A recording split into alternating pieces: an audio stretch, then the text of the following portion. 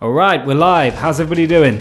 Welcome to the Wicked Game Podcast. It's been a week. What a week it has been in gaming. On today's episode, we are going to be taking a look at all the latest gaming news, not least of all the reveal of the Nintendo Switch 2. Surprise, surprise. Boy, did my last podcast get outdated quickly. I bet you're sick to death of hearing about the Nintendo Switch 2. But we're going to do it again. But first, let's start off with the games that we've been playing this week. First up, I've been playing Alan Wake 2 on the PS5, finally catching up with this one. I was waiting for the physical to release towards the end of last year. So I played the first Alan Wake in December and wanted to get the second done as soon as possible before the year got too busy with game releases this year. It's a great game. It makes the first game seem like a bit of a tech demo in comparison. It looks great. It's much creepier than I was anticipating, actually. There are some great quality of life improvements since the first one. It can still be a little bit clunky at times, like the first one. I know there was a little bit of commentary online criticising the choice by the developers to share the main protagonist role between Alan and another character, Saga Anderson. However, I actually preferred the chapters I was playing as Saga. I don't know if that was necessarily because the character was better, probably not. But the level design was much better for her chapters, I think. I also find there is a bit of a limit to the amount of time you can spend with Alan when he's, moaning about everything and how awful it is and how he needs to write his way out of the nightmare. That can get a little bit tedious at times. But in that respect, the game is very similar to the first. I also love Sam Lake's role in the game, the game's director, who features in the game itself. He has quite a William Dafoe-esque face, I'd say, and he's absolutely perfect in this game. I think Alan Wake 2 also has one of my favourite game levels of all time, probably top 10 tier we're talking about, without spoiling too much, although you probably will be aware of what happens if you've seen the footage from the 2023 Game Awards. There is a musical chapter, a musical level that's really just quite incredible. The most enjoyable part of the game by far. It's really so innovative. It must have taken the developers such a long time to create this part of the game and iron out any bugs, because the level really relies heavily on audio loops and interaction with the player. Really commend them for how it works out. If you're not going to play Alan Wake 2, if you're certain you're not going to play it and are happy to see any spoilers, I'd really recommend checking the musical chapter out on YouTube. I've also been playing a bit of Super Mario Land on the 3DS, or rather Super Mario 3D Land on the 3DS. It's just fine. It's a pretty standard Mario game, despite the 3D novelty.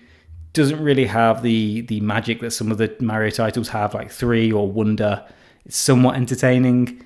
The biggest gripe I have with it really is that it isn't a 3D Mario game, despite the name. It's closer to like a 2D Mario game with a technical 3D element to it. It's more like 2.5D. The only thing is that it creates issues with some of my depth perception, and it's got some awkward controls, making the platforming quite difficult. I kept falling off platforms or missing platforms when jumping down from high vantage points because I couldn't gauge where the floor was. A lot of people raved about this at the time. I think IGN gave it a 9.5, but it's not my favourite. I don't think I'll be returning to it anytime soon, but it's something to fill the void before the Switch 2 comes out in terms of Nintendo-ness. I've also been reading this week. Yes, I can read. It's a miracle. But don't worry, this isn't going to become a reading podcast. I read Blood, Sweat and Pixels this week by Jason Schreier. The book takes a look at the development of 10 games, I think, highlighting some of the challenges that go into developing games. It was published back in 2017, so it's a little outdated now, but it is incredibly fascinating, particularly reading about the lengths that the developers have to go to create their games, such as Stardew Valley, which was just one guy, and it's so fascinating. And he was working away on this for years by himself. I believe he's still working on the game by himself to this day. But it's also quite a depressing book to read about how difficult it is to actually get a game finished successfully. It's a miracle that it happens at all. So we are very lucky to be in the position to be able to play so many fantastic games. And the problem seems to be getting worse for developers as the industry grows. I really would love to see a new version of this book telling the stories of games like Cyberpunk 2077 and Concord.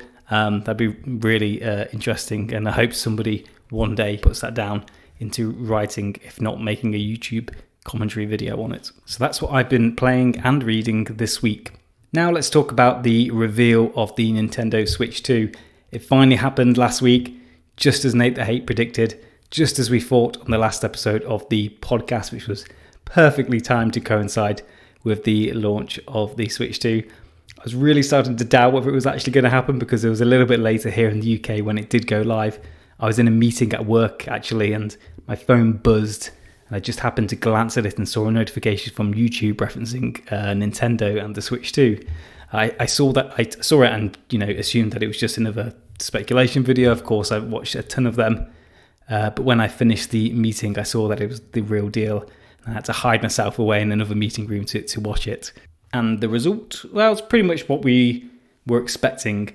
Well, exactly what we were expecting, really. The recent credible leaks were true. So let's delve into it a little bit more. So the reveal trailer opens up with a base Switch model, which I thought was pretty cool, showing where we were starting from, and then starts to transform into the new Switch. In the video, the base Switch Joy-Cons detach and the screen grows bigger, and the finish of the tablet becomes a lot smoother. The extra C port we were expecting appears on the top. We still have no idea what that is intended for. Nintendo have still kept that a bit of a secret. We think it's probably going to be just so you can charge and use the kickstand at the same time. However, I'm hoping there's going to be something fun with the clamshell design. Not going to happen, but still, you never know.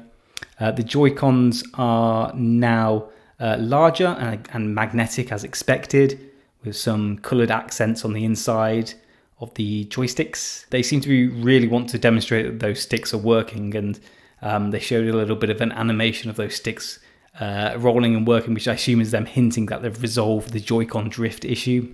The flimsy, crappy kickstand is now transformed into a larger U-shaped one, which is really good because the one with the base Switch was basically useless. We then see what was probably the biggest surprise until the recent rumours, that is, the Joy-Cons have the ability to slide, presumably acting as some sort of mouse, which we saw in the most recent rumours and leaks. I'm still wondering what will actually require this functionality and how it will work exactly. Will we need to have a table nearby to use them or what? It's still not clear. So I'm excited to see more about those. It was also interesting to see in the video that the Joy-Cons go into some sort of covers before they are used as mice, like with the Switch 1 Joy-Cons when they're taken off to be used as motion control. The rumoured C button on the right Joy-Con is also present, but interestingly, there is no lettering on it or image outline. We also don't get shown it, so there are some secrets still there with this console, which is exciting. I think it will be a connect button, as I've mentioned in previous podcast episodes. I think Nintendo are really going to lean into the connectivity side of things with this and with multiplayer. And I think it might be a button that will be similar to on the PS5 controller, where you bring up the media center, where you can then click onto any live streaming devices like the Twitch app and stuff like that. I think it will be similar to that, but at the moment we do not know. And then, of course, we finally get the reveal that the new console will be called the Nintendo Switch 2. Not the Super Nintendo Switch, like many of us, myself included, were hoping, but it is the right decision for Nintendo to differentiate this from the first one and call it the Nintendo Switch 2.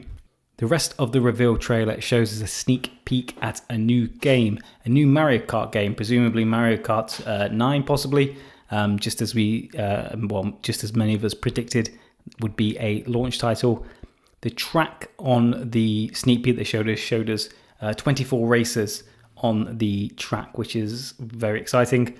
Some people have analysed some of the wider shots and think there may be some sort of open world element to this Mario Kart, which would be very interesting. Some have also speculated as well that pit stops will be a feature in this game as well. The Switch then falls into the new dock in the video, which is rounded at its edges And there is a little bit of a screen shown, or a little bit of screen shown at the top of this. Not as much as I was hoping for, but still maybe enough to do something with, to be some possible kind of feature, maybe something to show the time and the game that is playing, hopefully, but nothing that I think could be a major feature of the new Switch. We then learned that it is backwards compatible, or will be backwards compatible with almost every Switch game. Presumably the console will not have, or the Joy-Cons won't have IR readers on them for the few games that use them in the base Switch. So you won't be able to use it for stuff like, is it 1-2 Switch, where you had the eating mini game, and I do not believe that these Joy-Cons will be able to fit, of course, into stuff like the Ring Fit Ring as well. So there'll be 1 or 2 games where it will not be backwards compatible with the Switch 1, but that's fine. We then get a reveal that it will be released in 2025, as expected, and there will be a direct in April to show us more. And that's pretty much everything. It looks great. It's everything that we expected. My initial thoughts were that it was a pretty boring reveal. I think boring would be pretty harsh to say, but a more underwhelming reveal. But I think you have to expect that. And this was released in response to the plethora of leaks, not despite of them, which is a little bit upsetting. It's a little bit disappointing. Even if I did have a lot of fun with all those rumours and speculation. I think there will be an expectation as well that Nintendo should have revolutionised with this console like they have done in the past between each console generation, rather than create an iterative model of the Switch. And I have seen some discourse online this week mocking the Switch 2's concept, in that it's just a more powerful Switch, we hope, and the name being Switch 2. Yeah, I don't see that same level of criticism applied to, PlayStation, who have released 4 numbered sequel consoles to the original PlayStation. Likewise, most people go out and spend over $1,000 on a new mobile phone every couple of years, which is exactly the same as their previous mobile phone. To an extent, I think there is a little bit of gatekeeping going on from certain parts of the gaming community that have always looked down on Nintendo and somewhat dislike their success to an extent. The April Direct suggests that the release date might be a little later than we were expecting. It was quite interesting, actually, because here in the UK, as a lot of people know, the way that we list our dates is the day, the month, and the year, whereas in America it's the month, day, year. And so at the end of the reveal trailer, I think a lot of people here in the UK thought that the new Direct for the Switch would be happening on the 2nd of February rather than the 2nd of April, which is a little bit confusing, a little bit funny. I honestly thought we would have the Switch 2 in our hands by April. There was part of me that was really hoping it would be released by the end of the financial year. Nintendo are also holding events across the world where the public can try out the console. They're doing it via a ballot system, and of course I've applied for the one in London. The last event for those is listed as June, I believe, in South Korea. So it might suggest that there is a June-July release date, but apparently they did the same thing for the Switch 1, and the event took place after the Switch 1 launched, so we shouldn't read too much into that really. I'm really looking forward to finding out a little bit more about the hardware specs and other games they're going to be releasing for this console this year. As we know, the trailer didn't reveal any of the internals of this console. So we'll find out, hopefully, at the April Direct. As I've mentioned before, I thought that the launch game would be a Mario Kart for this one. I also think there will be a Metroid and a big third-party title as well, like Elden Ring on launch, followed by Pokemon and a 3D Mario not long after as well. The first Switch obviously arriving just after the majorly unsuccessful Wii U era obviously didn't have much third-party support, particularly in the early days of the console. So the launch of the original Switch wasn't terribly exciting, and so I think this time round they're really going to try and get as many third-party titles involved. And also, of course, those third-party developers want to do that as well, because the first Switch was so successful, they'll want to jump on the bandwagon of the Switch 2 and try and make the most of that. I suppose one of the things that Nintendo are still potentially keeping a secret here are the games that are due to come out this year to a certain extent, and the ability to play current gen games from third-party developers. So that is something we can all look forward to. And even though we know of the existence of the mouse ability on the Joy-Cons, we aren't really sure how they're going to be used in practice. My fear is that they're going to be embraced for the launch year gimmicks, a bit like the IR reader was for the base Nintendo Switch and the Joy-Cons for them, and will be used for the next iteration of 1-2 Switch and whatever launch games come with it, and then never really be used again. But my hope is that they can combine wacky with functionality, and it can be used for stuff like PC games. Imagine playing Baldur's Gate 3 on the new Switch in bed. Oh, that's what dreams are made of. Right, I feel like I've talked enough about the Switch for the time being. It's pretty much dominated the past 3 episodes of this podcast. This is not supposed to be a Nintendo channel, so let's move on and talk about something else in the time being. Assassin's Creed Shadows. Right, Ubisoft lifted an embargo this week, allowing some journalists and content creators to share their thoughts on the demo of Assassin's Creed Shadows that had been shared with them over the past week or so. I believe Ubisoft flew some of them out to their studios, and some were sent a specific download code as well. Those who were flown out were able to speak with developers and ask questions of senior members of the team. The response so far, however, has been pretty mixed. So of the 2 main protagonists, it looks like only the woman, I believe it's pronounced Nawe, can do most of the complex parkour and is the more traditional Assassin's Creed sort of playable character, whereas Yasuke, the dude, is pure brute tank and can only do very simple parkour. I assume there will be some abilities that Nawe won't have access to, and you'll benefit from playing as Yasuke. I think there is a system in this game where you can switch between the 2 of them, so you're not playing the entire game as just one. You have to switch between the 2 of them at appropriate places, which is really quite interesting. Combat and traversal does look really fun as Nawe, that is. It looks a little bit more grounded and slow as Yasuke. Some people have credited Ubisoft for trying to mix things up with him, but I think ultimately it doesn't look like the experiment has been a success so far. His mechanics don't seem to be as interesting or as easy to use as Nawe's. I think sometimes people underestimate the enjoyment of traversal in video games. Like, just think about how fun it is to traverse the world in Spider-Man and other Assassin's Creed games, and I think that is part of the Assassin's Creed franchise as well. But so far what we've seen, it does look pretty good. It's an interesting weather and seasonal system which will have an impact on gameplay. For example, if you're trying to stealth through a level at night and there's been snowfall, you have to move a bit slower because the crunch of your footsteps in the snow might alert enemies, and then vice versa as well. If you move around during rainfall, your steps will be a lot harder to pick up on, which is pretty cool. Apparently the tone is a lot more serious than previous Assassin's Creed games in the entry, which I am really here for, but I do hope it doesn't take itself too seriously. Whilst I don't like the supernatural elements of the other AC games, the concept is very, anime in itself. It's not a grounded game, quite literally at times.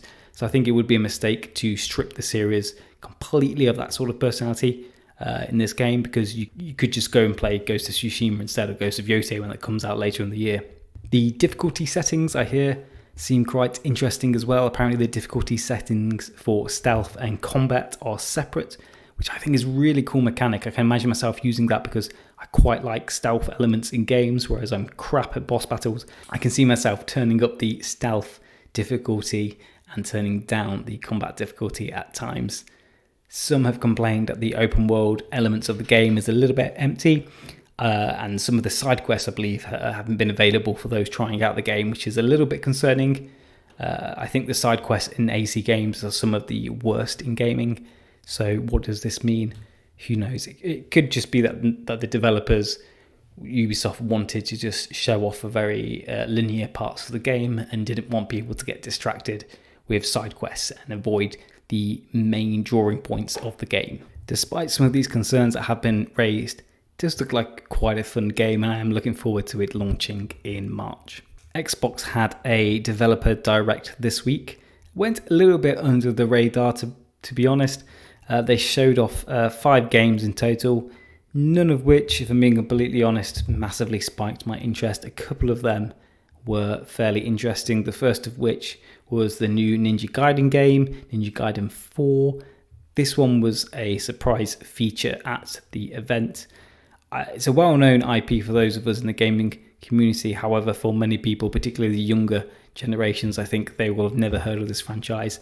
I think it was a little bit risky of them calling this Ninja Gaiden 4, to be honest. I think they should have just called it Ninja Gaiden or Ninja Gaiden 0, Ninja Gaiden Origins, something that suggests to people who have never approached this franchise before that it is something that they can dive into. The mechanics, like with all Ninja Gaiden games, looked really interesting, and it's great to see that on this newest generation of consoles, and something I will be looking out for later in the year. However, the game that caught my eye more so was one called Clair Obscur Expedition 33. This looked pretty cool. Had some great graphics and quite a unique world. I believe the concept of this game was that every year, a certain age group or above a certain age, everybody in that group gets killed, I believe, a bit like the film Logan's Run, which is quite a unusual concept. And of course, the main protagonist goes on an adventure to try and stop this from happening. So this will be one that I'll keep an eye on over the next year. I'm not sure when we can expect a release date for that. We also saw a reveal trailer this week for the Blood of Dawnwalker, a brand new game, and it was really quite a gruesome trailer, actually, reveal trailer. Well, the violence that is in it, not the game itself. The game itself looks absolutely beautiful and seems like a great concept. You play the role of a half vampire, half human, where the gameplay reflects this by giving you certain abilities and strengths that are only available at night, whereas you are weaker, I believe, in the day. There's also an interesting time limit mechanics to this game. I think you only have a certain number of days or in-game days to actually save your family, so you can't do every side quest, which is really interesting concept and encourages multiple playthroughs. It's being developed by some of the team, I believe, who worked on The Witcher 3 and have since left CD Projekt Red. It certainly gives me Witcher vibes, and I can't wait for this one. I think we'll be getting a gameplay trailer in summer of this year, so I expect a later 2025, early 2026 release, maybe. One to watch. And a couple of final rumours this week before we wrap up. Firstly, Assassin's Creed Mirage could be getting a DLC, a very late DLC, and one that will be released apparently after Assassin's Creed Shadows. Not terribly sure what the point of this is, considering Assassin's Creed launched back in, I think it was October 2023, and to release a DLC for it that coincides with the release or shortly after the brand new major Assassin's Creed title is a little bit risky, to say the least. I assume the reason that they've done this is to try and link it to the new launcher for the Assassin's Creed games. I believe they're calling it the Assassin's Creed Animus, like the Animus inside in Assassin's Creed, where you can launch all of the games from one central hub. So I believe that they're going to start adding this into that, and other maybe updates and DLCs as well that can be easily accessible from one place. Rumor also has it that two unannounced PlayStation live service games have been cancelled. There's a lot of speculation going around at the moment about what those projects could be, and the biggest speculation is that it could be a supposed God of War live service game, which would be incredibly awful. I can't imagine how you would turn God of War into a live service game. One of the reasons why God of War has been so successful is because it's a fantastic single-player narrative game, and it should definitely not turn into a awful live service multiplayer game. So if it has been cancelled, then in some respects, great. Hopefully those developers who are working on it won't get punished and they'll move on to other titles. We're not too sure what the other title may be. There were some rumours that the other live service game from PlayStation that has been scrapped could be the rumoured Horizon live service game. However, then there was other rumours that came out the day after this suggesting that this wasn't the case and that was still going ahead. So we really don't know. Whatever the case, I'm glad that Sony has sort of realised that live service games are not what the community wants. That's not what consumers want, and that they should concentrate on their fantastic single-player narrative games that has been a success for much of their existence. And finally, before we wrap up, the Angry Video Game Nerd, one of our favorite Nintendo YouTubers, will be getting a physical release of their own game on the Nintendo Entertainment System, allowing classic style gameplay on a real NES game. It's going to be titled The Angry Video Game Nerd 8-Bit. The game features typical NES era challenges and nods to frustrating reviews. The side-scrolling shooter platformer will be available digitally and on various modern consoles in addition to, of course, the NES. And that's all for this week. Do drop me a comment down below and let me know what you've been playing. Let me know if you're excited about the Nintendo Switch 2 or if you're sick to death of everybody talking about it. Have a great week and I'll see you very soon.